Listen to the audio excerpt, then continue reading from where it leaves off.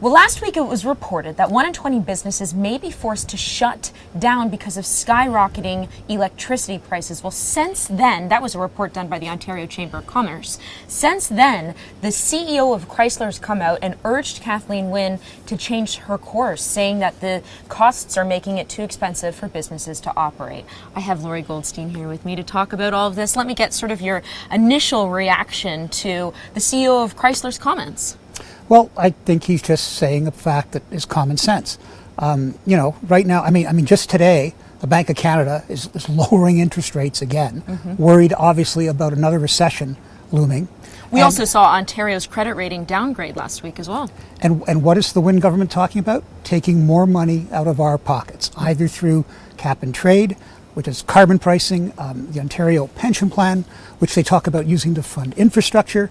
That's not what an Ontario pension plan should be for. It should be going after the best investments. But basically, when there's a downturn in the economy, smart governments don't take more money out of people's pockets. And the Wynne government seems bound and determined to do that. You know, when you consider you've got Ontario, Quebec, BC, Manitoba, they're really aggressively pushing these policies that would seemingly reduce greenhouse gas emissions, and then you've got these resource-dependent provinces like Newfoundland, Saskatchewan, Alberta that are really worried about the bottom dollar. They're worried that it'll affect their economy. I mean, it's just so telling to me, is it not? Yeah, well, look, all provinces act in their own best interests, so it certainly doesn't surprise me that Alberta, Saskatchewan, Newfoundland are worried about the drop in oil revenues.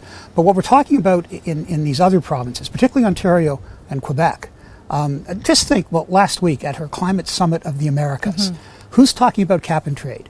California, Quebec, and Ontario. Marissa, can you think of 3 bigger economic basket cases on the North American continent? I cannot. And that's why they want carbon pricing. It's to give them a new source of revenue. They are going to charge us, not industry, not polluters, not the oil companies. We're the polluters. They're going to charge us more money because in order to have the standard of living we do, we use fossil fuel energy to basically power our society. Every time we do that, they're going to charge us for it. They're going to do it through cap and trade, which is essentially a carbon tax by another name. Right, and meanwhile, the Environment Minister, Glenn Murray's come out and said, you say, they'll tax us. Meanwhile, the Environment Minister of Ontario has come out and said, we will offer certain exemptions to some industrial emitters. You predicted that, Lorrie. Well, of course. I mean, look, all this happened in Europe a decade ago. It's called the Emissions Trading Scheme. It's the world's biggest cap and trade market. It has sent electricity prices skyrocketing. It's driven hundreds of thousands of people into fuel poverty because it's raised prices all over the place, and it hasn't lowered emissions. What is one of the reasons it hasn't lowered emissions? Well, one of the reasons is that in order to politicians control the levers of cap and trade, right? So they may exempt certain industries. Why would you exempt an industry? Well, you could say, oh, well, it has to compete against industries elsewhere in the world, so we have to exempt these people. In other cases, companies got free carbon credits. Free credits. In other words, they got free credits and then they went and charged people as if they had bought and paid. And why do politicians like cap and trade over a carbon tax? Because if you're going to do something as stupid as carbon pricing, tax is the best way to do it. Governments know how to tax, right? But no, with cap and trade, you get a whole new bureaucracy. You have to hire more civil servants to enforce all these regulations and that. And plus, you can favor certain industries over other industries. All of which have, and you're talking about things like, the oil and gas industry, the cement industry, the pulp and paper industry, industries with a lot of money.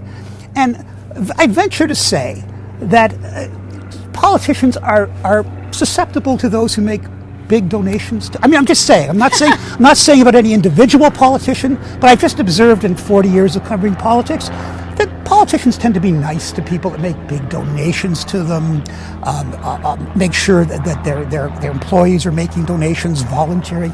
And when you control the levers of a cap and trade system, you basically have industries begging you either to exempt them or give them free credits or give them a special deal, and those two things go together. What do you think, I have to ask, what do you think is motivating Kathleen Wynne to do this? Is it perfectly innocuous? She really believes in the economy and wants to reduce greenhouse gas emissions? Is it, what is it?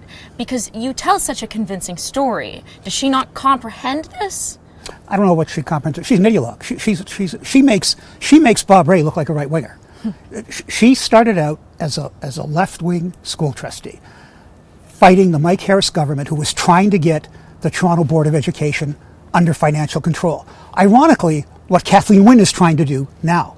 That's where she started, Marissa. She started as a left-wing activist school.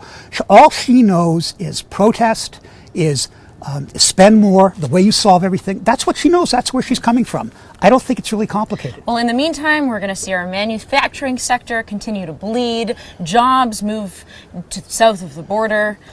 It's too bad. Anyway, Lorrie, it was a pleasure.